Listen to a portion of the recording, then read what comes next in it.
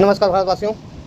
आज बांग्लादेश में लोग वहाँ का सभी लोग उग्र हो गए हैं आरक्षण को लेकर। शेख हसीना ने 15 साल की सत्ता गवाई, आरक्षण का फैसला पत्रकारियों के गद्दार कहा, बंगाल के कसाई से तुलना की। 60 दिन की कहानी है ये फैसला और उनका देश छोड़कर भागना पड़ा। वह भारत में अभी शरण लिए हुए हैं शेख हसीना, और बांग्लादेश में शेख हसीना ने प्रधानमंत्री पद से इस्तीफा दिया। वे देश छोड़कर भारत पहुँच चुकी है। बांग्लादेश के आर्मी चीफ जनरल बकार उज जमान ने कहा कि सेना अंतिम सरकार बनाएगी। राजधानी ढाका सहित देश भर में सेना तैनात कर दी गई है। कुछ समय पहले तक शेख हसीना को दुनिया के प्रभावशाली लीडर में गिना जा रहा था। उन्हें बांग्लादेश की इकोनॉमी को बदलने वाला मसीहा कहा जाता था। बांग्लादेश में निवेश के लिए भारत और चीन उन्हें लुभाने की कोशिश में जुटे हुए थे। अब ऐसा हो गया है कि 15 साल से सत्ता पर काबिज हसीना खुद अपने देश में सुरक्षित नहीं रही और भारत आ गई। शेख हसीना के पतन की कहानी शुरुआत 2 महीने पहले 15 अगस्त को ढाका हाईकोर्ट के फैसले से शुरू हुई। स्टोरी में वे 60 दिन की 3 घटनाएं जिसके चलते उन्हें 15 साल की सत्ता गंवानी पड़ी। वजह आरक्षण पर ढाका हाईकोर्ट का फैसला। देखिए कि पदाधिकारी के संस्थापक और शेख हसीना के पिता शेख मुजीब की मूर्ति को तोड़ रहे हैं। 1971 में इन्हीं की अगुवाई में बांग्लादेश को आज़ादी मिली थी और इन्हीं को मूर्ति तोड़ा जा रहा है। पहली बार आरक्षण पर ढाका हाईकोर्ट का फैसला जिसे सामान्य वर्ग के छात्र भड़के। पहली बात है कि बांग्लादेश के 1971 में आज़ाद हुआ था। इस साल वहाँ पर 80% कोटा सिस्टम लागू हुआ। बांग्लादेशी अखबार द डेली स्टार की रिपोर्ट के मुताबिक इसमें स्वतंत्रता सेनानियों के बच्चों को नौकरी में 30%, पिछड़े वर्ग जिलों के लिए 40%, महिलाओं के लिए 10% आरक्षण दिया गया। सामान्य छात्र के लिए सिर्फ 20% सीट रखी गई। कुछ विरोध के बाद 1976 में पिछड़े जिलों के लिए आरक्षण को 20% कर दिया गया। समान छात्रों को इसके थोड़ा फायदा मिला, उनके लिए 40% सीट हो गई। 1985 में पिछले जिलों का आरक्षण और घटाकर 10% कर दिया गया। अल्पसंख्यक के लिए 5% कोटा जोड़ा गया। इससे सामान्य छात्रों के लिए 45% सीट हो गई। अब 71 में कोटा सिस्टम, यह पिछड़े जिलों के लिए 40% था, स्वतंत्रता सेनानी के लिए 30% था, सामान्य छात्रों के लिए 20% था और महिलाओं के लिए 10% था। 1971 की बात है। लेकिन शुरू में स्वतंत्रता सेनानी के बेटे बेटियों को आरक्षण मिला था। कुछ साल बाद स्वतंत्रता सेनानियों के बच्चों को मिलने वाली सीटें खाली रहने लगी। इसका फायदा समान छात्रों को मिलता था। हालांकि 2009 में स्वतंत्रता सेनानी के पोते पोतियों को भी आरक्षण मिलने लगा।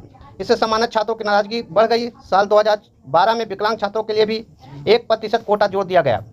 इससे कोटा 56% हो गया। साल 2018 में 4 महीने तक छात्रों के प्रदर्शन के बाद हसीना सरकार ने कोटा सिस्टम खत्म कर दिया।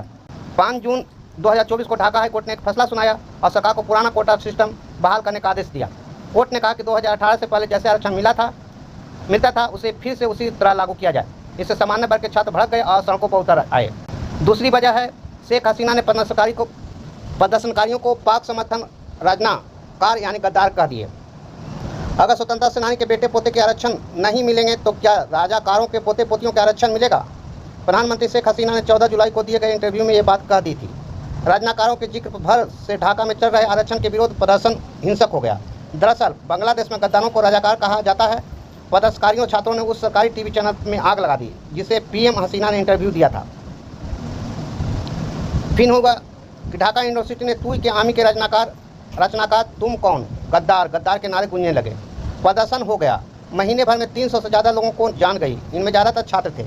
मीडिया रिपोर्ट के मुताबिक शेख हसीना ने प्रदर्शनकारियों को अपमानित करने के लिए और जनता के बीच उनकी छवि को नुकसान पहुंचाने के लिए उन्हें राजाकार बुलाया था। अपनी मांग के लिए प्रदर्शन कर रहे छात्रों को राजाकार बुलाना हसीना को भारी पड़ा।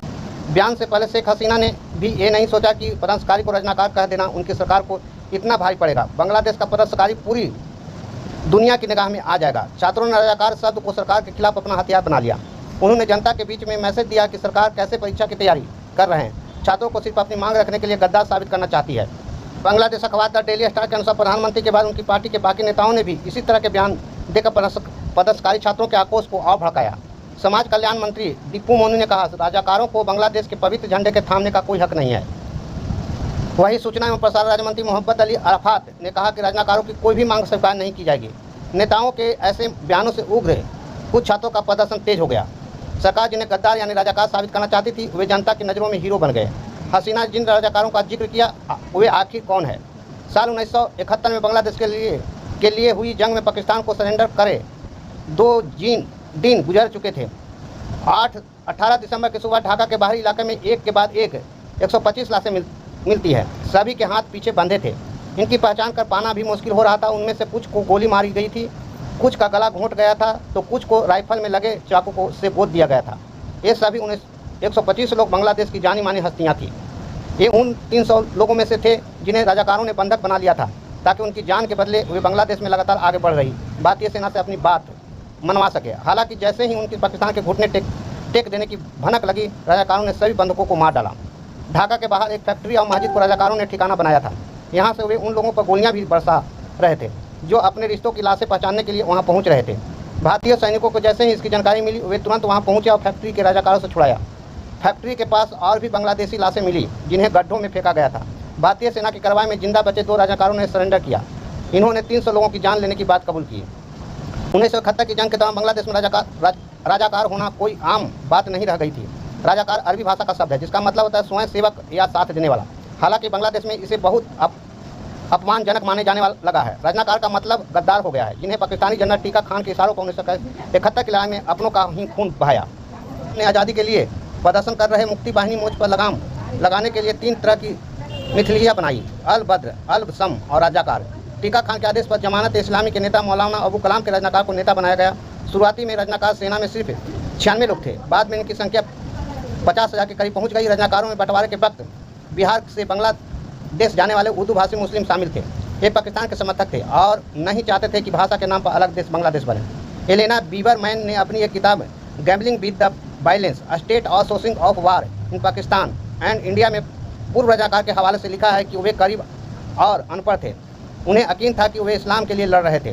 टीका खान ने आंकड़ों के मुताबिक पाकिस्तान सेना और मिथलिया की बर्बर कार्रवाई में हजारों बंगाली मारे गए थे। रावलपिंडी का हीरो बुलाए जाने वाला टीका खान इस घटना के बाद बंगला का कसाई कहा जाने लगा। इसका वजह शेख हसीना के छात्रों की मौत पर चुप्पी, मेट्रो जलाने पर आंसू। शेख हसीना बांग्लादेश में हुए हिंसक प्रदर्शनकारी के बाद हुए नुकसान को देखने के लिए 25 जुलाई को मीरपुर 10 मेट्रो स्टेशन पर दौरा करने पहुंची। इस दौरान मेट्रो स्टेशन में हुई तोड़फोड़ देखकर शेख हसीना के आंसू निकल पड़े। शेख हसीना अपने आंसू को टीयू पेपर से पोंछते हुए नजर आई। हालांकि उन्होंने प्रदर्शन में 200 से ज़्यादा छात्रों की मौत पर एक बार भी कुछ नहीं कहा। महीने के विरोध प्रदर्शन को लीड कर रहे 6 लोगों को डिटेक्टिव ब्रांच ने सेफ रखने के नाम पर 6 दिनों तक बंधक बनाकर रखा था। इनमें से नाहिद इस्लाम, आसिफ महमूद, अबू बकर मजूमघार थे। अस्पतालों में इलाज करा रहे थे। उन्हें वहां से उठा लिया गया। इन सभी से आंदोलन को वापस लेने के लिए जबरदस्ती वीडियो बनवाया गया। जब एक कैद में थे तब गृह मंत्री ये दावा कर रहे थे कि इन्होंने अपनी मर्जी से आंदोलन खत्म करने की बात कही। जब मामला खुला तो प्रदर्शनकारी का गुस्सा और भड़क गया। प्रदर्शन इतना बढ़ गया कि हजारों लोग सड़क पर उतर गए। हसीना 17 मई 1981 को हसीना वापस बंगला लौटी, जहां हजारों पार्टी कार्यकर्ताओं ने उनका स्वागत किया। 1981 से 1985 तक उन्हें 4 बार हाउस अरेस्ट किया गया। 1986 में उन्हें चुनाव के बाद हसीना बांग्लादेश में विपक्ष का नेता बनी। 1996 में हुए चुनाव में जीत के बाद हसीना पहली बार प्रधानमंत्री बनी। हसीना का पहला कार्यकाल 2001 तक चला। 2001 से लेकर 2009 तक नेता विपक्ष रही। 2009 से लेकर 2024 तक लगातार 4 बार प्रधानमंत्री चुनी गई। जनवरी 2024 में हुए संसदीय चुनाव में शेख हसीना की पार्टी ने 300 में से 224 सीटें जीती। हसीना 5वीं बार प्रधानमंत्री बनी और आरक्षण को लेकर इतना विवाद खड़ी हुआ। यही शेख हसीना की सुन लिए। शेख हसीना बांग्लादेश छोड़कर भारत में शरण ले लिया है। अब देखिए वहाँ का जनरल कह रहे हैं कि सरकार हम बनाएंगे और देखिए आगे क्या होता है। ऐसे वीडियो के लिए थैंक्स, धन्यवाद। चैनल को लाइक सब्सक्राइब करें।